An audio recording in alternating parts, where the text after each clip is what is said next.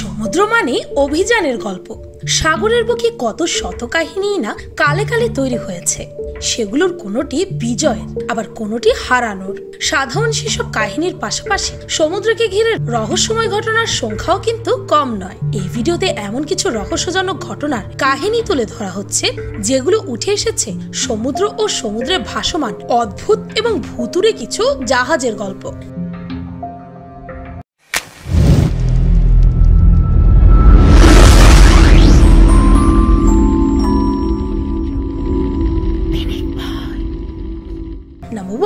রহস্যময় জাহাজ। পৃথিবীর বুকে লুকিয়ে রয়েছে অনেক রহস্য। এমন একটি রহস্য ঘিরে রয়েছে মেরি সেলেন্ট জাহাজকে ঘিরে। কি হয়েছিল এই জাহাজের যাত্রীদের তা আজও কেউ জানতে পারেনি, যা এই জাহাজকে পৃথিবীতে অন্যতম রহস্যময় ঘটনা হিসেবে উল্লেখযোগ্য করে তুলেছে। এই জাহাজটির প্রথম নাম ছিল অ্যামাজন। 1860 সালের শেষের দিকে নোভা স্কোশিয়ার বে অফ ফান্দির পাড়ে স্পেন্সার দ্বীপে এই জাহাজটি তৈরি হয়। পরবর্তীকালে এই জাহাজটি মার্কিন এক বণিকের কাছে বিক্রি করে দেওয়া হয়। এর নতুন নাম রাখা হয় মেরি সেলেন্ট। 1872 সালের 7 নভেম্বর ক্যাপ্টেন বেঞ্জামিন ব্রিগস তার স্ত্রী, সন্তান এবং 7 জন নাবিককে নিয়ে নিউ ইয়র্ক থেকে জিনোয়ার উদ্দেশ্যে যাত্রা শুরু করেন।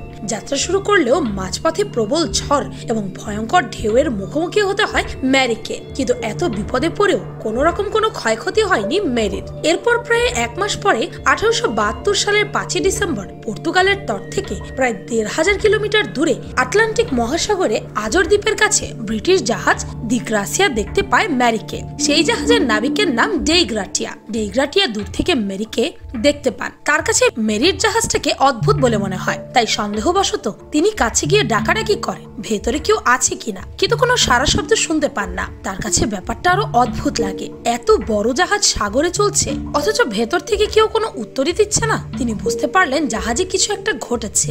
মেরি সেলেন্টকে যখন পাওয়া যায় তখন জাহাজটি জিব্রাল্টার অভিমুখে যাত্রার জন্য তৈরি অবস্থায় ছিল, কিন্তু তার 1 মাস আগে সমুদ্রে নামানো হয়েছিল এবং তখনও জাহাজের ডেকে 6 মাসের খাবার মজুদ ছিল। জাহাজের মালামাল ও নাবিকদের অন্যান্য মূল্যবান জিনিসপত্র ঠিক জায়গায় ছিল। আশ্চর্যজনকভাবে নিখোঁজ ছিল একটি লাইফ বোটও। ডেইগ্রাটিয়া মেরি সেলেন্ট ভিতরে প্রবেশ করলেন ব্যাপারটা বোঝার জন্য। তিনি অদ্ভুতভাবে লক্ষ্য করলেন খাবারগুলো টেবিলে ঠিকঠাক ভাবে সাজানো আছে, অন্যান্য সব জিনিসপত্র ঠিক ঠিক জায়গায় আছে, এমনকি জাহাজের কোথাও কোনো আঘাতের চিহ্ন পর্যন্ত নেই। এখন প্রশ্ন হচ্ছে জাহাজের নাবিক আর অন্যরা কোথায় গেল? নাবিক ডেইগ্রাটিয়া চারদিকে ভালোভাবে লক্ষ্য করলেন ব্যাপারটার কিছু ক্লু পান কিনা। তিনি মেরি সেলেস্ট জাহাজের ডায়েরি খুঁজে পান। সাধারণত জাহাজের ডায়েরিতে দৈনন্দিন কার্যক্রম লিখে রাখা হয়। মেরি সেলেস্ট জাহাজের ডায়েরিটা 10 দিন আগের। পাশের টেবিলের খাবারগুলো দেখে মনে হচ্ছে কয়েকদিন আগের মাত্র। এর মানে কিছুক্ষণ আগেও জাহাজে মানুষ ছিল। এখন প্রশ্ন হচ্ছে ডায়েরিতে দৈনন্দিন কার্যক্রমের কিছুই লিখে রাখেনি কেন? কোনো দুর্যোগ বা যান্ত্রিক সমস্যা বা জলদস্যু আক্রমণের চিহ্ন কিছুই খুঁজে পাওয়া যায়নি জাহাজটিতে। মেরি সেলেস্ট জাহাজের এই রহস্যের ব্যাপারে অনেকেই অনেক ধরনের ব্যাখ্যা দিয়েছে। কিছু মানুষ বলে বড় বড় অক্টোপাস জাহাজে এসে সবাইকে গিলে ফেলেছিল, আবার কেউ বলে খারাপ আবহাওয়ার কারণে সবাই ঝড়ে উড়ে গেছে। কিন্তু মানুষ মনে করে মেরি সেলেস্ট ছিল অভিশপ্ত জাহাজ। তত্ত্বগুলোর মধ্যে একটি বিস্ময়কর তথ্য এও ছিল যে জাহাজটিতে কোনোভাবে মদ থেকে আগুন লেগে যায় এবং সেই ভয়ে সকলে পালিয়ে যায়। কিন্তু এই ধারণাগুলোর সমর্থনে কোনো প্রমাণ কোনোদিনই সামনে আসেনি। কেউই এর রহস্যের সঠিক উত্তর দিতে পারেনি। 1884 সালে কোনান ডয়েল এই জাহাজকে নিয়ে একটি ছোট গল্প লেখার সময় কিছু নতুন তথ্য সামনে আনেন, কিন্তু সেগুলিও প্রামাণ্য হিসেবে স্বীকৃত হয়নি। 2002 সালে তথ্যচিত্রকার অ্যানি ম্যাকগ্রিক তার তথ্যচিত্রের জন্য নতুনভাবে তদন্ত শুরু করে নতুন কিছু তথ্য আবিষ্কার করেন। ম্যাকগ্রিগার দাবি করেন ক্যাপ্টেনের কাছে ভুল ক্রোনোমিটার ছিল এবং গন্তব্য থেকে প্রায় 200 কিলোমিটার পশ্চিমে ছিল জাহাজটি। এছাড়া জাহাজের পাইপ আটকে জল জমে জাহাজটি ডুবে যাওয়ার ভয় তারা সকলে জাহাজ ছেড়ে চলে যান। কিন্তু তারা গেলেন কি করে? খোঁজ তো মেলেনি, শুধুমাত্র একটি লাইফ বোটের উত্তর মেলেনি তার। ম্যাকগ্রিগরের এই তত্ত্বকে সঠিক হিসেবে না ধরা গেলেও তার তত্ত্ব তুলনামূলকভাবে অন্যান্য তত্ত্বগুলোর থেকে গ্রহণযোগ্য ছিল, কারণ তার কাছে প্রমাণ হিসেবে নষ্ট হয়ে যাওয়া পাইপটি ছিল। এই ভুতুড়ে জাহাজ নিয়ে জেন ইয়েলনের the Mary Celeste and unsolved mystery from history বই এবং the true story of the Mary Celeste 2007 এবং ফ্যান্টম শিপ 1935 সিনেমা তৈরি হয়। যদিও ম্যারি সেলেন্ট জাহাজটি পৃথিবীর মানুষের কাছে আজও এক অমীমাংসিত রহস্যই রয়ে গেছে। নাম্বার 2, ক্যারলের ডেরিং। বারমুদা ট্রায়াঙ্গেলের নাম শোনেননি এমন মানুষ খুব কমই আছেন, আর রহস্যের আধারেই বারমুদা ট্রায়াঙ্গেলই রহস্যের চাদর গায়ে জড়ায় ডেরিং নামের জাহাজটি।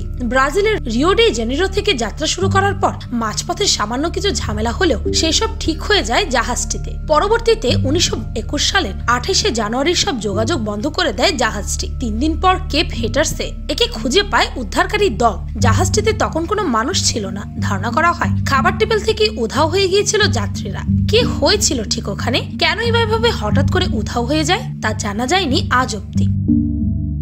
Number 3, TT Jeon. 2012 সালে লাস ওলাস বোলবার্ডের পশ্চিমে ফোর্ট লৌডারডেল বিচের কাছে খুঁজে পাওয়া যায় জাহাজটিকে। 8-10টা জাহাজের মতনই দেখতে ছিল সেটি, তবে অন্যগুলোর চাইতে অনেক বেশি সুসজ্জিত ছিল তা। বিশাল এই জাহাজটিতে যে একটা জিনিসের অভাব একে করে দিয়েছিল পৃথিবীর কাছে রহস্যময়, তার আধার সেটি হচ্ছে এক যাত্রী। অদ্ভুত শুনতে হলেও সত্য যে এত বড় একটি জাহাজে ছিল না কোনো মানুষ কিংবা মানুষের চিহ্ন। সম্পূর্ণ খালি ছিল জাহাজটি। জিওনের ভেতরে মালিকের মানিব্যাগ এবং মোবাইল খুঁজে পাওয়া গিয়েছিল যদিও, তবে সেই সূত্র ধরে খুব বেশি দূর এগোতে পারেনি গোয়েন্দারা। রহস্য রয়ে গেছে রহস্যই। নাম্বার 4, 33 ফুটের এই কাটামারানটিকে খুঁজে পাওয়া যায় 2007 সালে। অস্ট্রেলিয়ার সৈকত থেকে 88 নটিক্যাল মাইল দূরে ছিল তখন এটি। নৌকাটির রেডিও কাজ করছিল, কম্পিউটার চলছিল, লাইফ জ্যাকেট সহ আরো সব সুবিধা ছিল তখন সেখানে। আর কোনো রকম ঝামেলা বা ধস্তাধস্তির কোনো চিহ্নই ছিল না তাতে। সবচেয়ে অবাক করা ব্যাপার হচ্ছে নৌকার ডাইনিং টেবিলটিও ছিল খাবার শুরুর আগ মুহূর্তের মতো করে সাজানো। তবে যেটা ছিল না সেখানে সেটা হচ্ছে নাবিক বা কোনো আরোহী। তথ্য মতে ছাড়বার সময় নৌকায় ছিল 3 জন মানুষ, তবে খুঁজে পাওয়ার সময় সেখানে ছিল না কেউ। যেন খাবার টেবিলে বসার আগ মুহূর্তে টেবিল থেকে স্বইচ্ছায় চলে গিয়েছিলেন তারা, কিন্তু কেন বা কোথায় এখনো পাওয়া যায়নি এই প্রশ্নের উত্তর। নাম্বার 5, কোপেনহেগেন জাহাজটি মূলত নাবিকদের প্রশিক্ষণ দেওয়ার কাজে ব্যবহৃত হতো। সর্বশেষ 1928 সালে প্রশিক্ষণের কাজে বের হয় এটি। এরপর এর খোঁজ আর পাওয়া যায়নি। বেশ কিছুদিন পরে অবশ্য একে পাওয়া যায় এবং ধারণা করা হয় যে এটি এর 75 জন মানুষ সাগরে একটি আইসবার্গে ধাক্কা খায়। তবে ঘটনাটি তখনই শেষ হয়নি। এরপর বেশ কয়েকবার একই স্থানে হুবহু একই রকমের জাহাজ দেখা গেছে বেশ কয়েকবার। সেই থেকে এর নামের সাথে জুড়ে গিয়েছে ভূতের তকমাটি। Number 6, lady লভিবন্ড। 1748 সালের 13 ফেব্রুয়ারিতে নিজের বিয়ের খুশি উদযাপন করতে লভিবন্ডে নিজের স্ত্রী আর ফার্স্ট মেট জন রিভার্সকে নিয়ে সাগরে বেরিয়ে পড়েন ক্যাপ্টেন সিমন রিড। তবে তিনি জানতেন না যে তার স্ত্রীকে নিয়ে তার প্রতি ঠিক কতটা ঈর্ষায় ভুগছিলেন রিভার্স। খুশির একটি মুহূর্তে সেই ঈর্ষা থেকেই জাহাজের নিয়ন্ত্রণ হারাতে নিয়ে সেটিকে ধ্বংস করে ফেলেন রিভার্স। মারা যান সকলে। এরপর 50 বছর পরের কথা, হঠাৎ করে আবারও লেডি লভিবন্ডকে দেখতে পাওয়া যায় সাগরে। তবে 50 বছর পর আবার একই জায়গায় দেখা যায় একে। ঠিক একই ঘটনা ঘটে এর 50 বছর পরেও। তবে এভাবে প্রতি 50 বছর পর পর ভূতরে জাহাজটিকে দেখতে পাওয়া গেলেও এরপর একেবারে অদৃশ্য হয়ে যায় লভিবন্ড।